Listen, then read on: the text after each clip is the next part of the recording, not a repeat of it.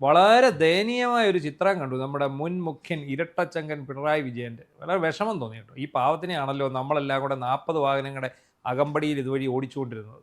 Kannur railway സ്റ്റേഷനിൽ ഇന്നലെ കുത്തിയിരിക്കുന്ന ചിത്രമല്ലേ അതെ ബെഞ്ചിൽ. അതെ. കൂടെ മറ്റേ മനുഷ്യന്റെ മണ്ടത്ത് ഇങ്ങനെ നടക്കുന്ന ജില്ലാ സെക്രട്ടറിയാണ് കണ്ണൂർ KK രാജേഷ്. കഷത്തി ഇഷ്ടിക വെച്ച പണി. ഇഷ്ടിക വെച്ച ആളും കൂടെ അത് പിന്നെ CPM-മാർക്ക് പൊതുവെ ഉള്ളതാണ്. ഈ അതെ. കഷത്തി തേങ്ങ വെക്കുക തേങ്ങ അല്ല വെക്കുക. ഇഷ്ടി വെക്കുക എന്നൊക്കെ നമ്മുടെ നാട്ടിൽ പറയും. കാരണം ഞങ്ങള് ഭയങ്കര സംഭവമാണ് എന്ന് അതെ, അറിയിക്കാൻ വേണ്ടി. ഈ ഇഷ്ടിയൊന്നും ഇതുവരെ ചോർന്നു പോയിട്ടില്ലെന്ന് തോന്നുന്നു. ഇപ്പോഴും അവിടെ തന്നെ ഇരിക്കുകയാണ്.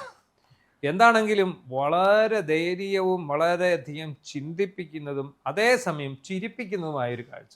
അതെങ്ങനെ ഇരിക്കുകയാണ് പിണറായി വിജയൻ ഒരു സ്റ്റീൽ ബെഞ്ചിൽ ഇരിക്കുകയാണ്. സ്റ്റീലല്ലേ, അത് തകിടടിച്ച ഒരു ബെഞ്ച്. ബെഞ്ച് അവിടുത്തെ ആ തകിടടിച്ചതിന്റെ പുള്ളി ഇരിക്കുന്നു. പുള്ളി അമേരിക്ക കൊണ്ടിരുത്തി വേറൊരു കസേര അതിന് സമാനമായ അതിന്റെ ചേട്ടനായിട്ട് അത് ഇരിക്കുന്നു. അപ്പുറം രാകേഷ് ഇരിക്കുന്നുണ്ട്, ഇപ്പുറത്ത് വേറെ ആരും ഉള്ളപ്പോൾ കുറെ പേര് നോക്കി നിന്ന് ചിരിക്കുന്നു. ആ പടം കണ്ടായിരുന്നു? ആ പടം ശ്രദ്ധിച്ചറിയാം. കുറെ പേര് നോക്കി നിന്ന് ചിരിക്കുന്നു. കുറച്ച് പേര് അപ്പുറത്ത് വേറെ നിൽക്കുന്നു. അതിലൂടെ കാക്കയും കറുത്ത ഷർട്ട് ഇട്ടവരും ഒക്കെ തേരാപ്പാരാ പോകുന്നുണ്ട്. കാക്ക പറന്നു പോകുന്നു. 2 കാക്ക അപ്പുറത്തെ തെങ്ങയിലിരുന്ന് ഇങ്ങോട്ട് നോക്കുന്നു. ഇതിലെ കറുത്ത ഷർട്ടോ ഇട്ടവരൊക്കെ നടന്നു പോകുന്നു. പിണറായി വിജയൻ അവിടെ ഇരിക്കുന്നു, ആരും ശ്രദ്ധിക്കുന്നില്ല.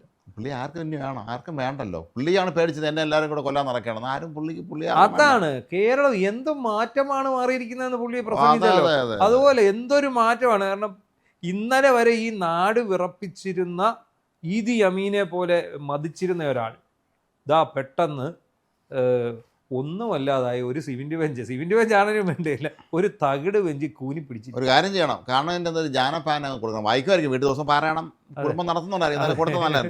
ഈ കണ്ടെങ്കിലും ജനത്തിനെ കണ്ടില്ലെന്ന് എന്നുള്ളത് 2-4 ദിനം കൊണ്ട് ഒരുത്തരെ മാളിക മുകളിലേറെ മന്നന്റെ തോളിൽ മാറാപ്പ് കയറ്റുന്നത്. ഏതായാലും മാറാപ്പ് എടുക്കാൻ ആളില്ലാത്ത അവസ്ഥ. വരവെന്ന് ഓർത്ത പ്രതാപകാലത്തെ വരവെന്ന് ഓർത്തു പോയി. എത്ര വാഹനങ്ങളുടെ അകമ്പടിയാണ്. മാത്രമല്ല കണ്ണൂർ റെയിൽവേ സ്റ്റേഷനാണ് നമ്മുടെ കഴുത്തുളുക്കുന്ന. അതെ. ഈ വാഹനങ്ങളുടെ അകമ്പടിക്കകത്ത് പാറ്റൻ ടാങ്ക് മാത്രമേ ഉള്ളായിരുന്നു, ഇല്ല അത്രേ. പാറ്റൻ ടാങ്ക് ഒഴിച്ച് ഒരുമാതിരി വാഹന വ്യൂഹം എന്നായിരുന്നു പറഞ്ഞത്. എന്നിട്ട് ഇപ്പം ഈ സഖാക്കൾ പ്രചരിപ്പിക്കുന്നത് പിണറായി വിജയൻ എവിടെ 40 വാഹനമെന്നാണ് ചോദിക്കുന്നത്. ഒന്നുമില്ല, 40 വാഹനം ഇല്ലാതെ അയാൾ വെളിയിലിറങ്ങുകയല്ലോ. അയാൾക്ക് ഒരു വാഹനം കുറഞ്ഞു പോയെങ്കിൽ അയാൾ കുഴപ്പമുണ്ടാക്കും. നമുക്കറിയാം പിണറായി വിജയൻ പോയ അദ്ദേഹത്തിന്റെ വാഹനമെത്തി ഫയർഫോഴ്സ് വരെ ഉണ്ടായിരുന്നു. ഫയർഫോഴ്സ്, ആംബുലൻസ്, ഫയർഫോഴ്സ് എന്തൊക്കെ വന്നാലും എന്നാലും അങ്ങനെ നാട് കിടുകിട വിറപ്പിച്ച് നാട്ടുകാരുടെ സഞ്ചാര സ്വാതന്ത്ര്യം തടഞ്ഞ് വഴിയാ പോകുന്നവനെ എല്ലാം തലമണ്ടയെ അടിച്ച് കീറിപ്പോയ ഒരു മനുഷ്യനാണ്. കിടക്കണ കിടപ്പ് കണ്ട എന്ന് പറഞ്ഞാൽ അതാണ് വെട്ടിയിട്ട വായത്തണ്ട് പോലെ ദാണ്ട കിടക്കുന്നത്. അത് ഞാൻ പണ്ട് ആരോ പറഞ്ഞ് എവിടെ വായിച്ചൊരു സംഭവമുണ്ട്. ഇതുപോലെ വലിയ പ്രതാപത്തിലിരുന്ന ഒരാൾ, വലിയ നേതാവായിരുന്ന ആൾ, അടുത്ത വർഷം 1-2 വർഷം അയാളൊന്നും അല്ലാതെ ഇതുപോലെ അയാൾ റിലേഷനെ കുത്തിയിരിക്കും ഒരു സ്ഥലത്ത് ഇരിക്കുമ്പോൾ ഒരു വലിയ പ്രൊസഷൻ, ഒരു വലിയ പ്രകടനം കടന്നു പോവുകയാണ്. ഇയാൾ പണ്ട് നയിച്ചിരുന്ന ഇയാളെ പ്രസ്ഥാനത്തിൻ്റെ. അപ്പോൾ അയാൾ പറയുകയാണ്, last time I was leading the procession, today I am witnessing the procession. കഴിഞ്ഞ തവണ ഞാനാണ് നയിച്ചത്, ഇപ്പൊ ഞാൻ കണ്ടോണ്ടിരിക്കുകയാണ്. ഇത് എല്ലാവരും ജീവിതത്തിൽ മനസ്സിലാക്കണം കേട്ടോ. എല്ലാവരും ഇതിപ്പം ഇപ്പൊ പിണറായി വിജയന് നേരിടേണ്ടി വരുന്ന ഈ തിരിച്ചടികളിൽ ഒരെണ്ണമാണിത്, അല്ലേ? അതെ. ഈ പിണറായി വിജയൻ വലിയ തെങ്ങിന്റെ മോളിൽ നിന്ന് താഴോട്ട് വീണേക്കുന്നത്. അതെ. അതായത് കൂടുന്തോറും വീഴ്ച ശക്തി കൂടും. അതായത് PR ടീമിനെ ഉപയോഗിച്ച് പിണറായി വിജയൻ എന്തോ സംതിങ് ആണെന്ന് തീർത്ത് വെച്ചിരുന്ന അവിടുന്ന് PR-കാരെല്ലാം കൈയെടുത്ത് അവരെ പണിക്ക് പോയി. ഇങ്ങനെ മുക്കും കുത്തി താഴെ കിടക്കും. കിട്ടിയ പൈസ കൊണ്ട് പോയി സ്വന്തമായിട്ട് ബിസിനസ് തുടങ്ങാനുള്ള പരിപാടി. അതാ. എന്താണെങ്കിലും വളരെ ദയനീയമെന്ന് നമുക്ക് ഈ കാഴ്ചയെ പറയാൻ കഴിയും. അപ്പോഴാണ് നമ്മൾ വിചാരിച്ചത് എങ്ങനെ നടന്ന മനുഷ്യനാ.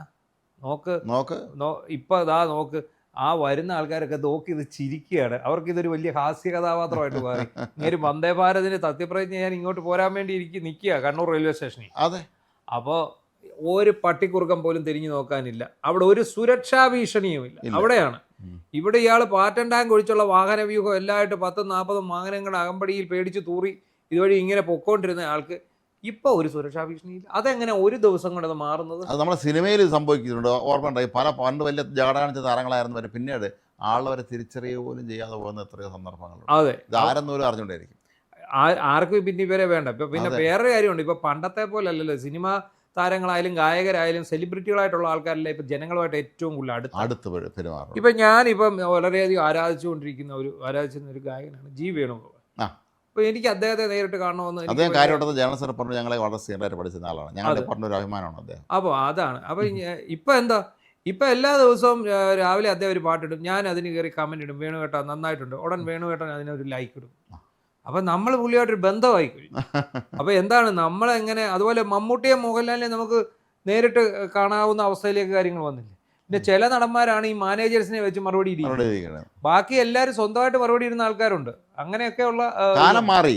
കാലം മാറി. അതായത് ഈ സോഷ്യൽ മീഡിയ വന്നോടെ ഈ സെലിബ്രിറ്റികളും ഈ സാധാരണക്കാരും തമ്മിലുള്ള അകലം കുറഞ്ഞു. ഇവർ തമ്മിലുള്ള ഒരു ഇത് നമുക്കിപ്പം ഉണ്ണിമേനോനുണ്ട്. നമ്മൾ ഉണ്ണിമേനോൻ ഗായകൻ, അദ്ദേഹമുണ്ട്. അദ്ദേഹം എല്ലാ ദിവസവും അദ്ദേഹം എന്തോ ചെയ്യുന്നത്, ഇപ്പൊ പാട്ടില്ല, അതിന് അദ്ദേഹം പഴയ പാട്ടുകൾ എടുത്ത് പോസ്റ്റ് ചെയ്തുകൊണ്ടിരിക്കുക, അദ്ദേഹത്തിന്റെ പാട്ടുകൾ. ഇപ്പൊ സിനിമയിലെ പാട്ടില്ലല്ലോ. അതെ, പക്ഷേ അദ്ദേഹം ഒക്കെ ശരിക്കും അദ്ദേഹത്തിനൊക്കെ അനുഭവങ്ങൾ ധാരാളം തീർച്ചയായും അല്ലേ. ഇത് രസകര കാര്യം, അച്യുതമേനോൻ മുഖ്യമന്ത്രി സ്ഥാനം ഒഴിഞ്ഞിട്ട് അദ്ദേഹം തൃശ്ശൂരിലേക്ക് മടങ്ങിപ്പോയത് ട്രാൻസ്പോർട്ട് ബസ്സിലാണ്. അതാണ്, തൃശ്ശൂരത്തേക്ക് ഒരു ബാഗും തൂക്കുന്നു. അദ്ദേഹം ഭാര്യ കൂടെ അങ്ങ് പോയി. PK വാസുദേവൻ നായർ അദ്ദേഹം സ്ഥിരം ബസ്സിലാണ് യാത്ര ചെയ്യാറുന്നത്. അങ്ങ് തിരിച്ചങ്ങ് പുല്ലുവഴിയോട്ട് പോകാൻ വേണ്ടി വരുമ്പോൾ അദ്ദേഹം പെട്ടിക്കൊണ്ട് അദ്ദേഹം അതിലേക്ക് ഇറങ്ങി പോകും. അത് ശരി. പക്ഷെ അതിലൊന്നും യാതൊരു ആർട്ടിഫിഷ്യാലിറ്റി ഇല്ല. കാരണം അത് അവരുടെ ജീവിതമാണത്. അല്ലാതെ ചാനലുകാരെ വിളിച്ച് പത്രക്കാരെ വിളിച്ച് ഞാൻ ബസ് കയറാൻ പോകാൻ പോകണമെന്ന് പറഞ്ഞ രീതിയല്ല അത്. പിണറായി അങ്ങനെ മാത്രമല്ല അവരൊക്കെ മുഖ്യമന്ത്രി മര്യാദയ്ക്ക് യാത്ര ചെയ്യുന്നത്. ഇതുപോലെ പട്ടണമൊന്നും ഇല്ലായിരുന്നു. എനിക്കിത് കണ്ടപ്പം ഒരു ഓർമ്മ വന്നു. ഇയാളെ കണ്ടപ്പോൾ പണ്ടത്തെ വിജയനായിരുന്നെങ്കിൽ ഇങ്ങനെ ആയിരിക്കില്ല. ഇപ്പൊ പണ്ടത്തെ വിജയൻ അവിടെ വന്നിരിക്കുന്നത്. ഇപ്പോഴത്തെ വിജയനെ നിങ്ങൾക്ക് അറിയില്ല. പണ്ടത്തെ വിജയനായിരുന്നെങ്കിൽ ഡയലോഗ് പറഞ്ഞില്ല, പണ്ടത്തെ വിജയനായിരുന്നെങ്കിൽ നിങ്ങൾ സൂക്ഷിക്കണമായിരുന്നു എന്ന് പുള്ളി പറയുമല്ലോ. ഇതിപ്പോ പണ്ടത്തെ അല്ലേ ഇപ്പോഴത്തെ അല്ലേ എന്നത്തെയോ ഒരു വിജയൻ ദാ അവിടെ വന്നിരിക്കുന്നത്. എന്താണ് അതിനകത്ത്, നമ്മൾ ചിരിക്കാതിരിക്കാൻ നിർവാഹമില്ല. അപ്പോൾ ഈ നാട് കിടുക്കി, ഇദ്ദേഹത്തിന് ഇത്രയും സെക്യൂരിറ്റി ഇല്ലെങ്കിൽ ഈ നാട്ടിൽ എന്തൊക്കെയോ സംഭവിക്കും എന്നൊരു ചിന്തയല്ലായിരുന്നു. ആർക്കും ഇയാളെ വേണ്ടായിരുന്നു. വെറുതെ നമ്മളെ ജനങ്ങളെ കബളിപ്പിക്കാൻ വേണ്ടി, അല്ലെങ്കിൽ ജനങ്ങൾ ഇത് കണ്ട ബഹുമാനിക്കും തെറ്റിദ്ധരിക്കുന്ന കുറെ ആളുണ്ട്. സ്വന്തം പാർട്ടിക്കാർക്ക് പോലും വേണ്ട, ഇറങ്ങി പൊക്കോണം പ്രതിപക്ഷ എല്ലാ ജില്ലാ കമ്മിറ്റിയിലും പറഞ്ഞിരിക്കുന്നത്. ആൾക്കാർ മേല ഇവിടെ കണ്ടുപോയേക്കരുത്, പ്രതിപക്ഷ സ്ഥാനത്ത് നിങ്ങൾ കണ്ടേക്കരുത്. ഇപ്പൊ ഗോവിന്ദൻ എന്ന് പറഞ്ഞിട്ടുണ്ട് ഒരു കാരണവശാലും നീക്കുകയില്ലെന്ന് പ്രതിപക്ഷ സ്ഥാനത്ത്. നീങ്ങണം അങ്ങനെ. അപ്പൊ സെക്രട്ടറി നീങ്ങണം. പക്ഷേ ഒരു കാര്യം, ഇവരെ തെരഞ്ഞെടുപ്പ് വിലയിരുത്തൽ കഴിയുമ്പോൾ ഈ രണ്ടെണ്ണത്തിന് മിക്കവാറും എല്ലാം കൂടെ ഞാൻ പറയുന്നത് ഈ രണ്ടുപേരും ഇതേ സ്ഥാനം തുടരണം. പ്രതിപക്ഷ നേതാവും സംസ്ഥാന സെക്രട്ടറി ആയിരിക്കണം. എന്നാൽ മാത്രമേ പാർട്ടി അടുത്ത 5 വർഷം കഴിയുമ്പോൾ തീരുള്ളൂ. അത്രേ ഉള്ളൂ. ഇത് എന്താണെങ്കിലും നമ്മൾ എത്ര മനുഷ്യജീവിതം ക്ഷണഭങ്കുരമാണെന്ന് കവി എഴുതിയിട്ടുണ്ട്. മർത്യജീവിതം ക്ഷണഭങ്കുരം എന്ന് പറഞ്ഞ പോലാണ്. എത്ര പെട്ടെന്നാണ് ഒരു മനുഷ്യൻ ഒരു പദവിയിൽ നിന്ന് ആ പദവി തെറിച്ചതിന് ശേഷം വെറും ഒരു സാധാരണക്കാരനായി മാറുന്നത്. ഇപ്പൊ ഇദ്ദേഹത്തെ അപായപ്പെടുത്താൻ ഒരു നീക്കം. ഞാൻ മുമ്പേക്ക് പറഞ്ഞിട്ടുണ്ട്, നമ്മുടെ ലുസ്റ്റോക്കിൽ പറഞ്ഞിട്ടുണ്ട് തമാശ. പണ്ട് ഈ IMS രാജിവെച്ചിട്ട് പുതിയ മുഖ്യമന്ത്രിയുടെ തിരയുമ്പോൾ N. ശ്രീകണ്ഠൻ നായരോട് ചോദിച്ചപ്പോൾ, അന്നത്തെ RSP MP ആയിരുന്നു, എനിക്ക് മുൻ മുഖ്യമന്ത്രിയെ മരിക്കാൻ വയ്യാന്ന് അദ്ദേഹം പറഞ്ഞു ഒരു തമാശ. സത്യമാണെന്ന് അറിഞ്ഞൂടാ, അദ്ദേഹം പറഞ്ഞിട്ടുണ്ടെന്നാണ്. സത്യമായിരിക്കും അത്. ഇതിപ്പോ ഇദ്ദേഹം മുൻ മുഖ്യമന്ത്രി ആയാലും പ്രതിപക്ഷ നേതാവായെങ്കിലും മരിക്കാൻ എന്നെ അനുവദിക്കണം. ഞാൻ തന്നെ കൈപൊക്കി തരാം, ബാക്കി നിങ്ങൾ കൈപൊക്കിയാണ്. ഒത്തിരി പേര് കൈപൊക്കി കഴിഞ്ഞപ്പോൾ എണ്ണത്തിൽ കുറവുണ്ട്. ഞാനും ഉണ്ട്. അപ്പൊ എന്തായി, ഭൂരിപക്ഷമായി. അപ്പം ഈ പുള്ളിക്ക് വോട്ടവകാശം ഉള്ളതുകൊണ്ട് പുള്ളിയുടെ വോട്ടം പരിഗണിക്കും. എന്നാൽ ഈ പുള്ളി ഒഴികെ ഒരാളും ഇപ്പം നിൽക്കുന്ന മൊത്തം ജനങ്ങളും പറയുന്നത് കടക്കു പുറത്തുനിന്ന് ഇയാളോട് പറഞ്ഞുകൊണ്ടിരിക്കുക ആണല്ലോ. നിങ്ങളെ പ്രതിപക്ഷ സ്ഥാനത്ത് മാറണമെന്ന് ആൾക്കാർ, അതായത് ഈ പാർട്ടിക്കാർ ഒന്നടങ്കം പറയുന്നുണ്ട്. അല്ല, ഇത് രസമാണ്. മുഖ്യമന്ത്രി വരുന്ന കാണാൻ ഭയങ്കര കോമഡി ആയിരുന്നു. ഒരാൾ ഫ്ലാസ്കും കൊണ്ടുവരുന്നു. ഒരുത്തം ഫ്ലാസ്ക് ഉണ്ട്, ചൂടുവെള്ളം കുടിക്കാൻ. പ്രസംഗത്തിൻ്റെ ചൂടുവെള്ളം കുടിക്കാൻ ഒരാൾ, ഒരു സെക്യൂരിറ്റി സഫാരി സൂട്ടുകാരൻ്റെ ഒരു ഫ്ലാസ്ക്, ഒരുത്തൻ്റെ തോക്ക്, വടി, അന്ന് മറ്റേ കാറിൽ ഇറങ്ങി മറ്റേ ആ വലിയ വടി കാറിന് ഒളിച്ചു വെച്ചിരുന്ന സാധനം എടുത്ത് അടിക്കാൻ വേണ്ടി. അപ്പോൾ ഇത് രസകര സംഭവം ഉണ്ടായത്, ഈ ഒരു ലോക കേരള സഭയിൽ ഞാൻ പങ്കെടുക്കാൻ വേണ്ടി ഇവിടെ പോയപ്പോൾ തുടങ്ങി അടയ്ക്കാൻ അതിൻ്റെ അടുത്ത വർഷം കണ്ടാണ് മുഖ്യമന്ത്രി പ്രസംഗിക്കാൻ വന്നു. പിണറായി പ്രസംഗം തുടങ്ങി കഴിഞ്ഞാൽ അതിന് ചുമച്ചു. ചുമക്കുകയാണ്, ചുമച്ചു, പെട്ടെന്ന് അങ്ങ് ചുമച്ചു. അതേ വെള്ളം അവിടെ എന്ത് ചോദിച്ചു. അപ്പോൾ സാധാരണ VIP വെള്ളം കൊണ്ട് വയ്ക്കുമല്ലോ, അവിടെ വെള്ളം ഇല്ലായിരുന്നു. ഇത്രയും വലിയ പരിപാടി നടത്തിയടത്ത് വെള്ളം ഇല്ലായിരുന്നു. ചുരുക്കത്തിൽ അവിടെ തന്നെ ആരോ നെട്ടോട്ടോ ഓടി വെള്ളം കൊണ്ടുവന്ന് കൊടുത്ത പച്ചവെള്ളമായിരുന്നു. അതിന് ശേഷമാണെന്ന് തോന്നി ഈ ഫ്ലാസ്കും കൊണ്ടുവരുന്ന മുമ്പേ അടക്കുന്നത് സെക്യൂരിറ്റിക്കാരൻ. കാരണം ചൂടുവെള്ളമായിരിക്കും അതിനകത്ത് വെച്ചിരിക്കുന്നത്, ഫ്ലാസ്കല്ലേ.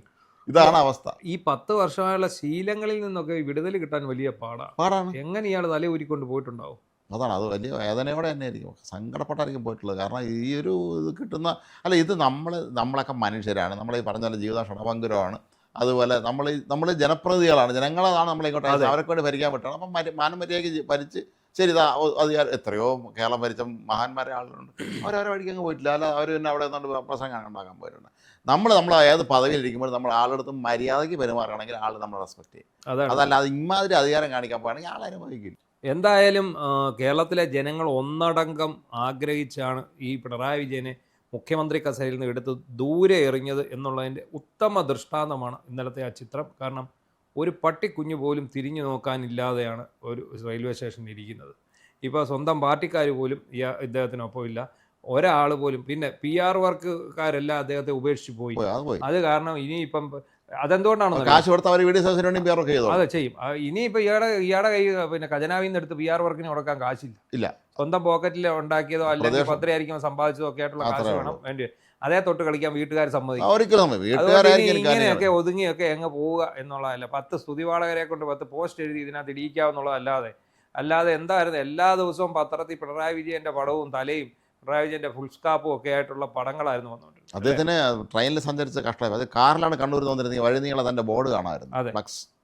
ഞാനല്ലാതെ ആരുണ്ട്, മറ്റാരുണ്ട് ഞാനല്ലാതെ. അപ്പോൾ ഒരുപാട് പേരുണ്ട്, അവരെല്ലാം അധികാരത്തിൽ കയറി ഇന്ന് ഭരിക്കുക. ഇപ്പം ഞാൻ മാത്രം മുമ്പേ പറഞ്ഞ പോലെ പ്രൊസഷന് വിറ്റ്നസ് ചെയ്തുകൊണ്ടിരിക്കുന്ന അവസ്ഥ അത് മാത്രമാണ്. ഇതൊക്കെ കണ്ടുകൊണ്ടിരിക്കുക എന്നുള്ളതല്ലാതെ വേറെ മാർഗ്ഗമൊന്നുമില്ല. ഇപ്പോൾ ഇതിനിടയ്ക്ക് ഓരോരുത്തർ ചോദിച്ചു, പിണറായി വിജയൻ ഒഴിഞ്ഞതോടെ നിങ്ങളുടെ ജീവിത വരുമാനം മുട്ടിയില്ലെന്ന് ചോദിച്ചു. മറുനാടൻ്റെ കഞ്ഞിയൂടി മുട്ടാൻ അദ്ദേഹം അനുവദിക്കത്തില്ല. അത് അദ്ദേഹം വിഷയങ്ങൾ നമ്മുടെ മുന്നിലേക്ക് കൊണ്ടിട്ടോണ്ടേ ഇരിക്കുകയാണ്. പിന്നെ നമ്മുടെ കഞ്ഞിയൂടി മുട്ടുന്നത് എങ്ങനെയാണ്? ഒരിക്കലും മുട്ടാൻ പോകുന്നില്ല. കാരണം അത് ഈ പിണറായി പോലുള്ള ആൾ ചെയ്തു തന്നിട്ടുള്ള സേവനം ഇനിയും തുടരുക തന്നെ ചെയ്യുമെന്നാണ് ഞങ്ങളുടെ ഒരു ആത്മവിശ്വാസം.